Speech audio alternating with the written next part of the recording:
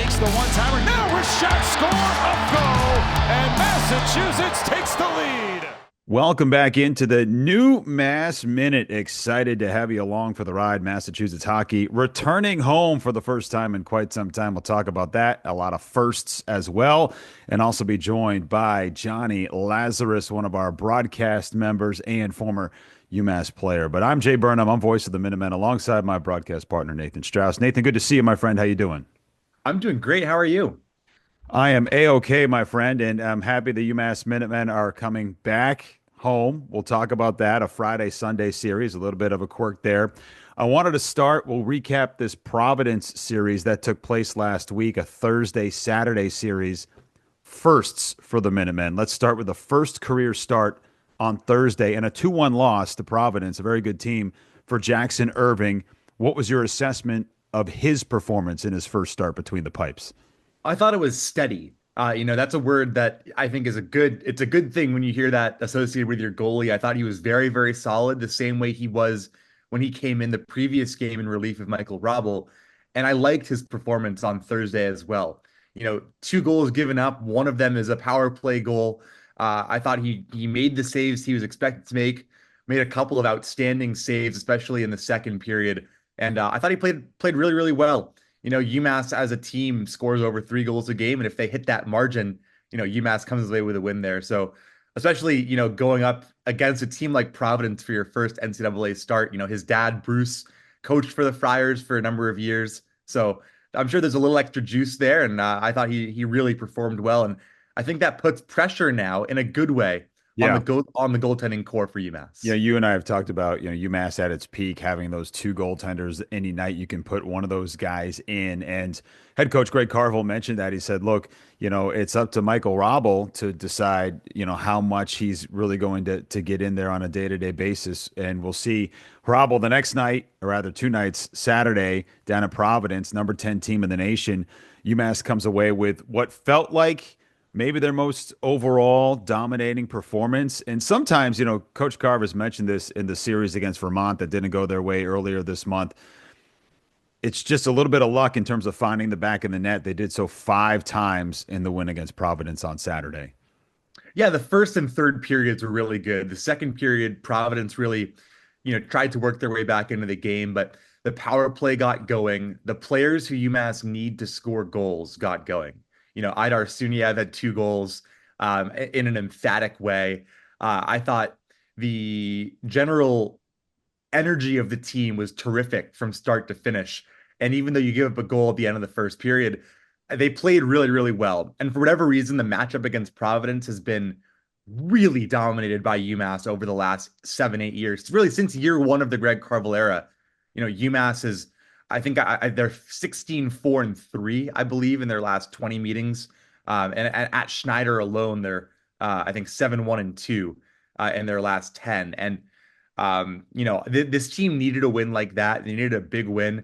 That was Providence's second loss of the year and their first since their first game of the season, which was out in North Dakota. So for UMass to come away like that, I think it kind of got the juices flowing. Things were really clicking. And it's the kind of game that this team really needed, I think, going into this week. First career goal for Larry Keenan. We knew that was coming at some point. First Hockey East win of the season. Probably you feel like you should have had one earlier this year, but that's the first for UMass. And then also you mentioned O'Hara, 12 assists on the season. He's second in NCAA scoring and assist. And Suniev with those 2 goals, now 8th. I think he's 3rd in the country in scoring. So seeing those guys go forward and also going 5 for 5 in the penalty kill doesn't hurt your chances either. So UMass with a split, you'll certainly take that. And then they'll finally come back home here for a series against Harvard and Vermont. But before we get to that, I just wanted to get to some of the comments from Coach Carvel following the game on Saturday. He said, quote, outstanding effort, full 60 minutes. I thought everything came together tonight. Goaltending from Robel, our back end was great. And our forwards, I thought they created a lot of offense. We scored 5 and probably could have had a few more. But this is what I want to talk about. To me, shorthanded, we're down 5 or 6 bodies. I thought the guys came out with the mission. They played a great 60 minutes. And so, unquote, the way that UMass has had to sort of go forward here without some key pieces to give them depth. could be a little tricky going forward. Yeah, and I think we've already seen that it was tricky because they've been down two bodies since the Yukon game. Michael Cameron and Daniel Yenchko both have been out for now just about a month, and Cam O'Neill broke his hand last week. So, especially as far as their forwards go, you've got a fourth line comprised of players who were probably going to be pushing for depth roles this year, which is what Greg Carvel said at media yesterday.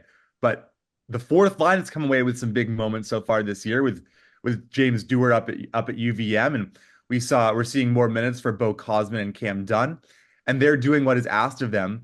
And then the top six have been really leaned on. You've got a forward and Kenny Connors playing 23 plus minutes a night right now, and they've been asked to shoulder a lot of the load. So UMass is shorthanded in that sense, but the more you can do now, the better you'll be when those guys do come back from injury.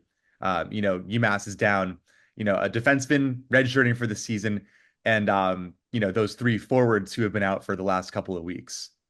Yeah, and I mean, I think every guy goes into the season saying, "Hey, I want as much ice time as possible," right? And then it's okay. Well, am I conditioned to do this? How do we get through with it? And I think it's certainly an opportunity for a lot of those guys, and it's a time to find out kind of what you're made of in those instances. And so UMass will hopefully get some of those bodies back at some point, but it's not going to be easy as we go into Harry Potter night this Friday against Harvard. I know you asked Coach Carve about that, and then Vermont on Sunday in the afternoon. And just one thing that he did mention in terms of those games, I think you had asked him maybe on the call this week about how do you look at these games when it's two different opponents? Usually you get the same opponent. And so it's a little bit, different in terms of your preparation heading into a weekend like this.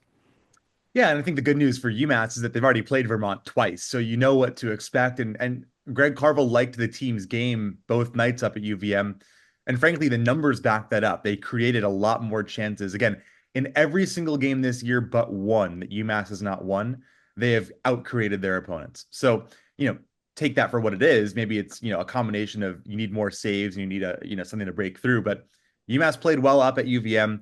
They just got to turn that into results, and you get a chance to take on Harvard, a team that is receiving votes this week. They're coming off a down year last year, but one of the real storied programs. And obviously they've got plenty of draft picks. They got 13 of them, and Coach Ted Donato has been there for a long time. So a good chance on Friday and with these two home games to hopefully try and stack some wins going into the Thanksgiving break, if you will. It's 4 days because they play on the following Friday against Army. Okay, I guess let's talk about this because we have I know we got to run, but we have an interesting scenario. You're going to be on the TV broadcast this weekend with Pierre Maguire, right? Is that where we're at? And is that the Friday or Sunday game? I can't remember. The Sunday game. So Sunday. Bridget Prue, UMass. This will be a Hockey East game of the week. And if for those that don't know, Hockey East has their TV package where they select a certain amount of games to be on the Nesson package. So yeah, Bridget Prue will be on the call with Pierre Maguire. But we've got kind of a scheduling conflict. He has to go at some point to catch a flight to go to Northern Ireland to the French at 4. And so we'll see how fast that game goes. Can we get Pierre into the third period before he's got to get on a flight? And that should certainly be a kind of a fun aspect to lead us into what's always a great event, the French at 4. Yeah, I mean, I think of myself as being a busy person, and then I look at Pierre's schedule, and last week he was driving from Toronto to Appleton to Amherst, and then to Durham, New Hampshire, and this week he'll be coming to Amherst. Being the analyst with Bridget as play-by-play, I'll be down rinkside, and then come 5 o'clock or so, he's got to jet down the Pike or Route 2 and get to Logan to fly out to Northern Ireland. So I'll slide over once he leaves, and it's a lot of fun. Two Hockey East teams in the Friendship 4 this year. Of course, UMass was in it a couple of years ago, and those games will be on Nesson too. So he's basically, on assignment more or less starting at 5 o'clock or so that night. So should be a lot of fun, and certainly going to be watching that Friendship 4 over the Thanksgiving week. This is like somebody pinch hitting for Barry Bonds. You're going to have to step in the third period. I know it's very tough. I'll have to move up. It's big shoes to fill, it's going to be very, very hard, but great to have him here and looking forward to, again, continuing to talk with him. That'll be a 3 o'clock puck drop at the Mullen Center. Friday night, you've got a 7 o'clock start for UMass, and it's fun to actually be back in the Mullen Center. We'll hope things go according to plan for UMass as they return home for the first time in a couple of weeks. We'll look forward to your conversation here coming up in just a couple of seconds with a guy that we all love, who's certainly a breath of fresh air and a ton of fun, is Jonny Lazarus. He's been joining us on the TV broadcast. He's down at Madison Square Garden all the time following the Rangers, and a fun follow on social media. So looking forward to that, Nate, and appreciate you taking the time. Of course, have fun at Mohegan this weekend. Huge weekend, by the way, for UMass right now. You've got men's soccer NCAA tournament, field hockey NCAA Final Four. You've got two hockey games, women's hoops games, and then, of course, men's basketball, football down in Georgia, and men's basketball playing two huge opponents at Mohegan Sun. Yeah, women's basketball playing tonight as we record this on Wednesday. So this is the peak of crossover season, all sports going on at once. Appreciate you. Here's the conversation with Laz, the man himself.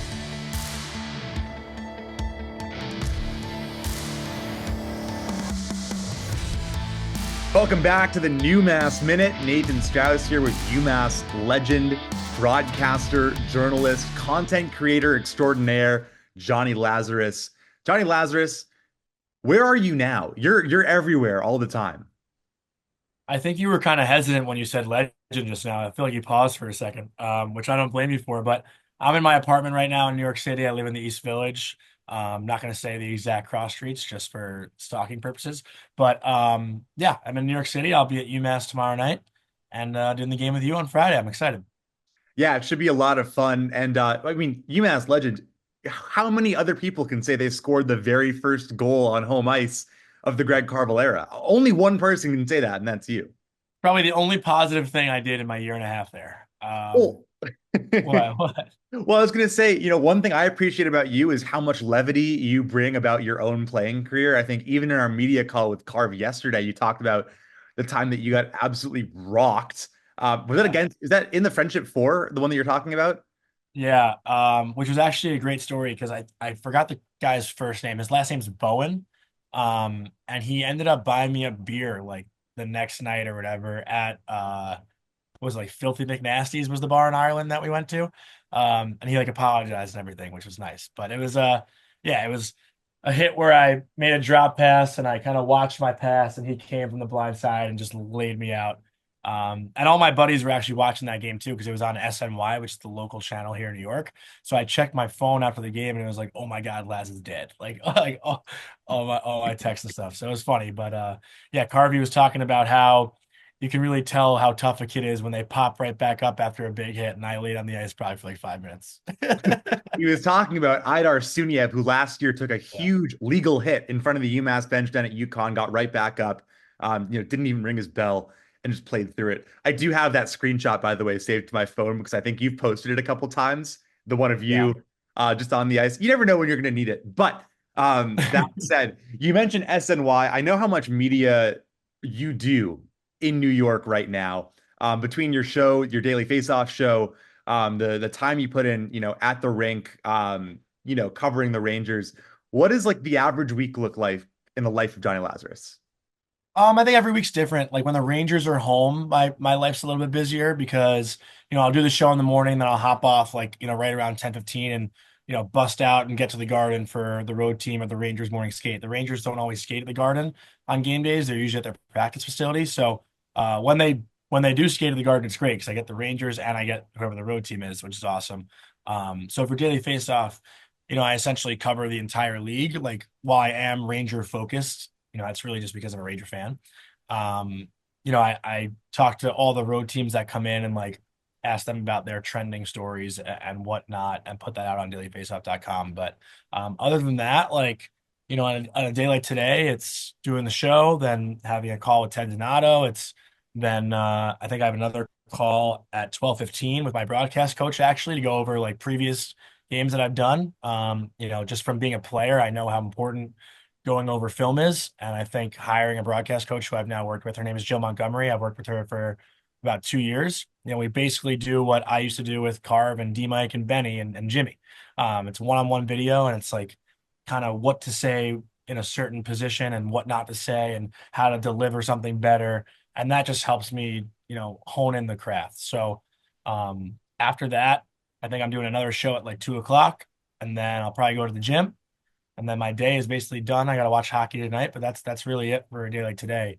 And then I also have like a side job that I do, but I'm not going to get to that today. So yeah, a lot of little different things, piling a lot of stuff on top of each other, but I get to wake up every day and do what I love, so it's awesome.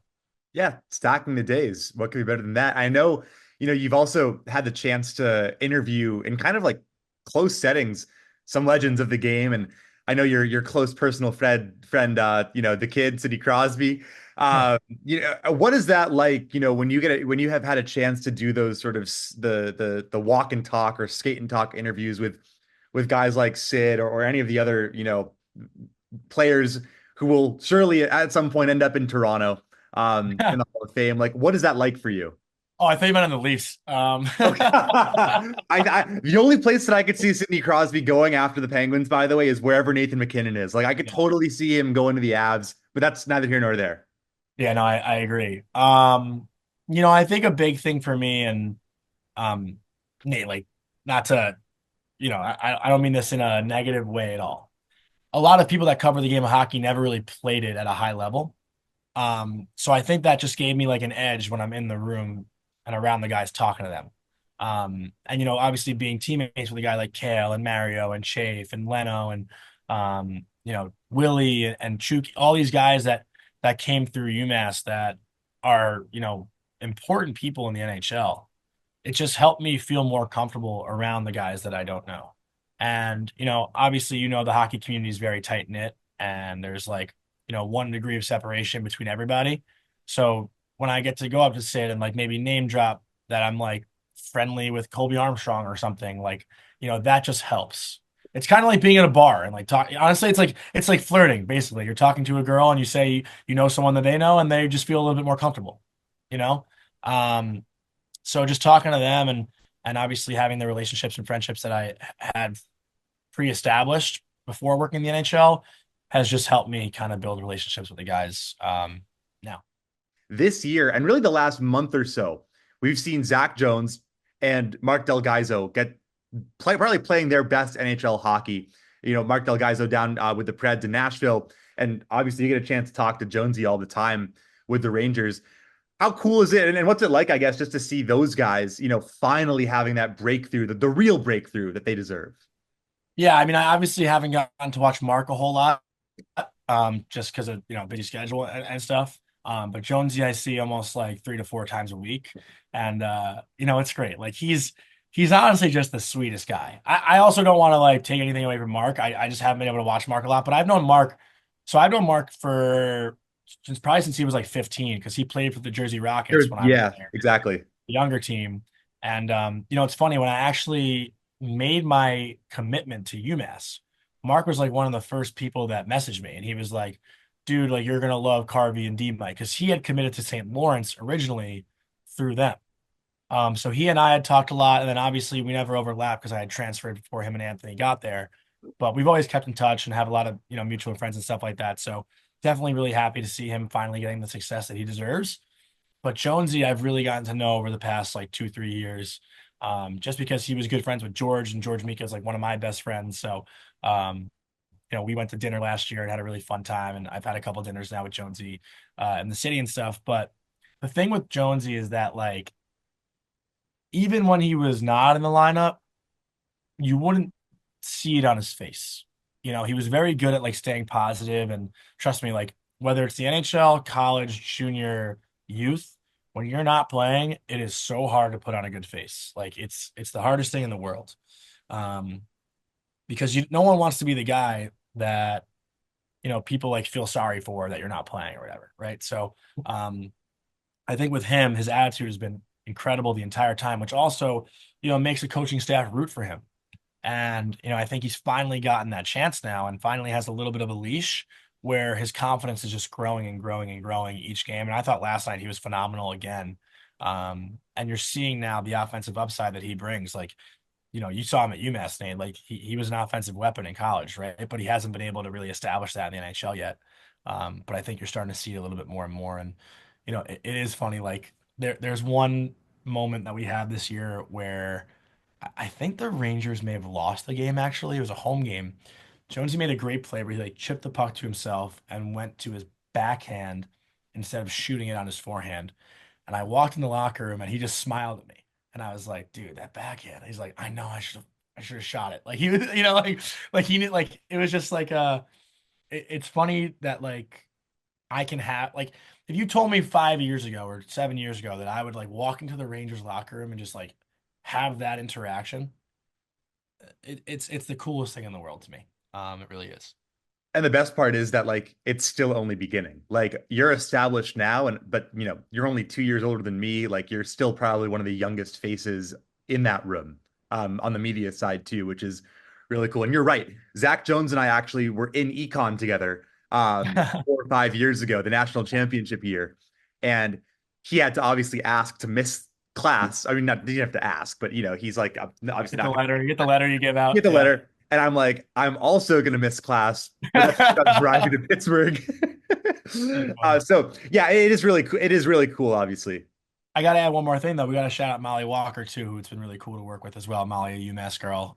Even though I joke with her all the time that she never interviewed me when I was there, but I don't know if she was working for the team at the time when I was there. But funny story for you, the Sharks were in town last week, and obviously Mario is one of my really good friends. So me and Molly actually walked up to Mario, like, he's like, "What do you guys got for me?" And I was like, I'm actually not going to ask you any questions. It's all Molly. I was just coming to say what's up. I'm going to talk to the guys who actually score goals. And I went to Will and Macklin and Mario. I think he took that one to heart, but Molly got some good stuff from him.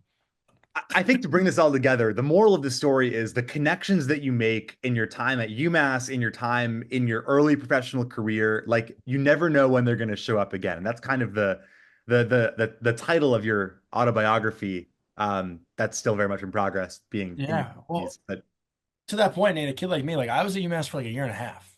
Like I truly like I loved everybody that was there. Like that's what made it so hard to leave, and that's why I kept in touch with everyone. Like, I'll never forget. Like, and I do have to thank Mercier's for giving me a second chance. But like my first day at Mercier's, my dad helped me like unpack in my room, and he like loves telling the story. He walked into the living room, and I just had my face in my hands. Like, what did I just do? Like I was like it really like hit you when you're at a new school and you just kind of realize what you had left behind. And it's not really about the opportunity or the hockey, it's really about the friendships.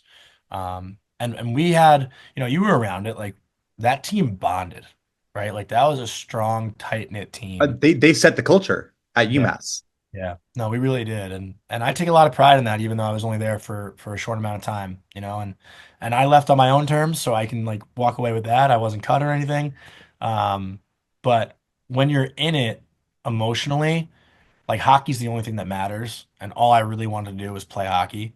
And, if I could talk to myself during those years, knowing what I know now, who knows what would have happened. But I'm always grateful for my time at both schools, and I am a everything happens for a reason kind of guy. So um, yeah, I don't really know where else to go with that. Yeah. Well, you and I will have this game on Friday against Harvard. We'll also be doing the game the following week against Coach Riley and Army, who have been off to a pretty good start this year. They've got a really good freshman Tendy, and it's going to be cool to talk to him, I think, in his final year.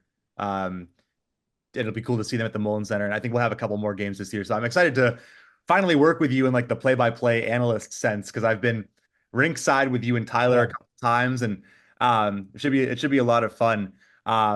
Also, a programming note: no NewMass minute next week, just for Thanksgiving purposes. Men's hoops obviously plays the Wednesday before Thanksgiving, and I'll be home trying to like hammer some turkey. I'm not a huge turkey guy. We make salmon along with the turkey because my mom's not a meat eater, and the salmon's actually really, I'm not a turkey guy. Like turkey's like the worst part of the Thanksgiving meal for me. Like the cornbread and like everything else. I love that stuff.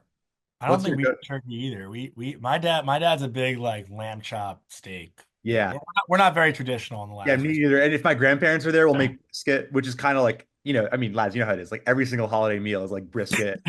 Yeah. But so I yeah, it gotta should be a lot ask of you one fun. question though before we Oh wrap yeah, this of course, up. hit me. Are you wrapping it up right now? Because I want to. No, hit me, but I'll wrap it up. There's no time rush. Well, you've asked Greg Carvel and Ted Donato about Harry Potter, with it being Harry Potter night on Friday. I gotta ask you, like, who your favorite character is in Harry Potter, or your favorite one of the seven. It is seven, right? I think there's seven.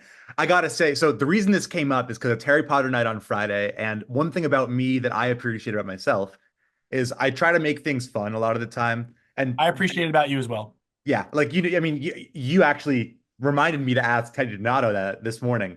But I just sort of asked Carve a couple of days ago. I was like, "Were you a Harry Potter guy? Like, what do you think about Harry Potter?" Just to like, if you like, just to push the envelope a little bit. Yeah. And yeah, so it is Harry Potter night. I think there's value in making things fun when it's not like a national broadcast. Not that I've ever done one of those.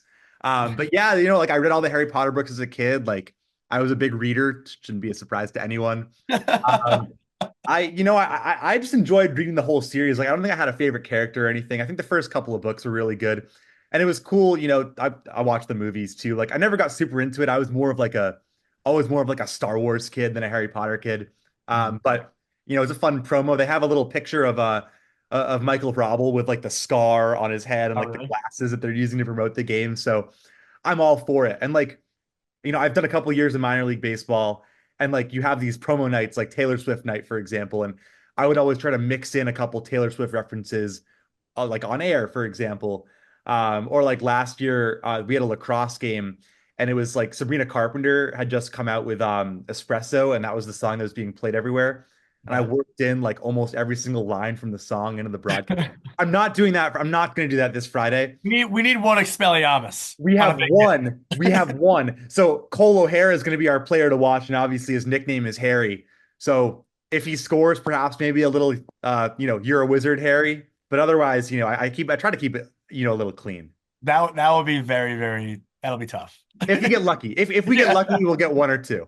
I would like for you to drop an Expelliarmus if there's a big hit. You just put a little Boston accent there with the Expelliarmus. Did I? But whatever. Yeah. I will do my best. Maybe a big blocker save. Like, we can make it work.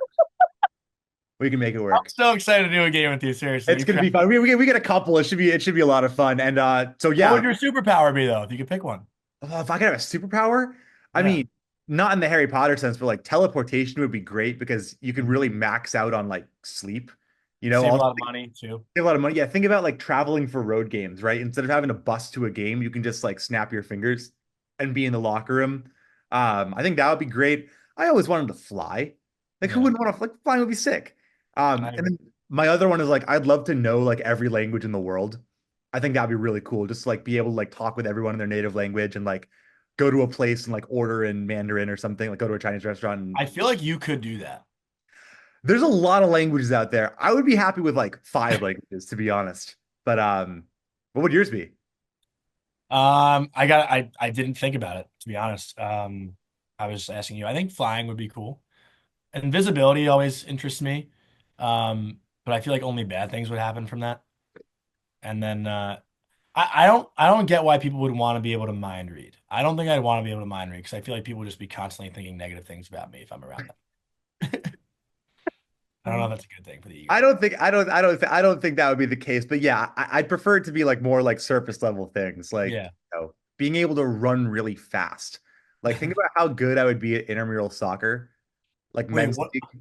What did you say last year? We did a broadcast. I think it was me, you, and Tyler, and you were like, "I can't do this, but I could talk them to death." Do you remember that? Like totally. We were talking about fighting. We were talking about there was some Colin Felix getting into becoming a big fighter down in the AHL, and then Laz, you said something along the lines of like, like if there was one person I wouldn't want to fight, it would have been maybe it was Colin, and I was like, yeah, I mean I'm not a fighter, but I'll talk him to death. So that was so funny. You never know what's gonna come next. So it should be a lot of fun this week, and looking forward to catching you in Amherst, and then again the following week. Yeah, no, it's gonna be fun. Also it's cool, like 2 opponents that like have some personal relationships with. Like Jack Riley was my captain at Mercier, now the assistant at Army. Obviously, I've known Brian for a long time just because his other son, Brendan, was my roommate at Mercyhurst. So a lot of connections there. And then the captain of Army, Mikey Sacco, is from my hometown. So I used to train with him. And he obviously did a great job with Chicklets U and Mike Grinnell, that whole video that they made at Army. So a lot of cool things to look forward to. And James Barcoo Friday night with Harvard and stuff. So yeah, I'm excited, Nate. It's going to be awesome. And we'll mix in some humor during the broadcast. Always. Have a good time. Yeah, I'm excited. 100%. Well, this has been the NewMass Minute. No NewMass Minute next week. We'll be back the following week to recap the games against Army and Army, UVM, and Harvard. The first two coming up, Friday and Sunday of this week. Laz, enjoy today, enjoy tomorrow. Safe travels up to Amherst, and I'll catch you Friday. Thank you, sir. Have a good one.